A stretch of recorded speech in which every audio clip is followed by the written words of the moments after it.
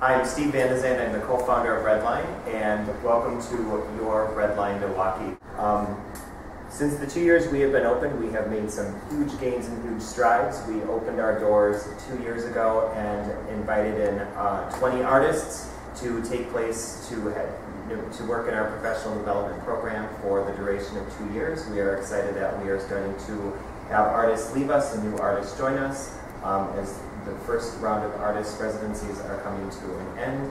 We have been fortunate to hit the ground running with a whole array of education programs and to showcase some of the most incredible artwork from around the world over the last 2 years.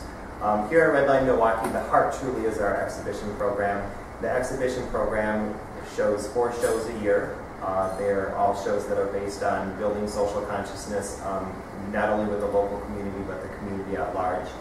The exhibition really focuses as the heart of Redline. It pumps blood into our 4 other programs, being education, artist in resident professional development, and our community green print shop and paper making studio.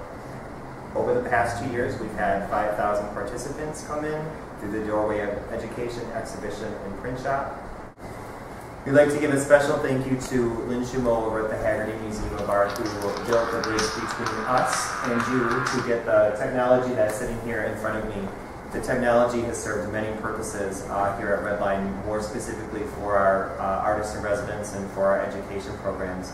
Some of the examples include one of our education programs is a program called Contempo, and that is a night once a month that is designed by 6 of our teen residents who have a studio here at Redline, and they are able to invite 30 of their peers in to participate in hands-on activity and talkbacks with exhibiting artists.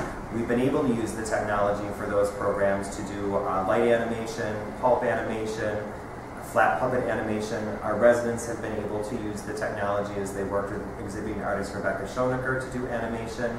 The residents also have been able to do editing on Photoshop. They've been able to do editing on Lightbox and all sorts of great stuff to increase and maximize their skills and technique in their work.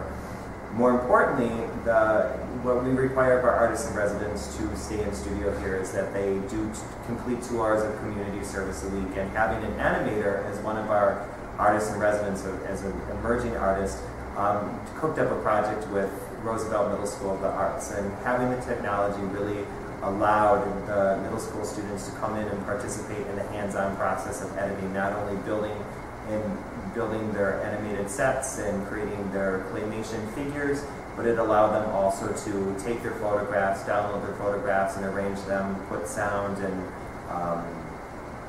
all sorts of effects to the animations to really make them pop.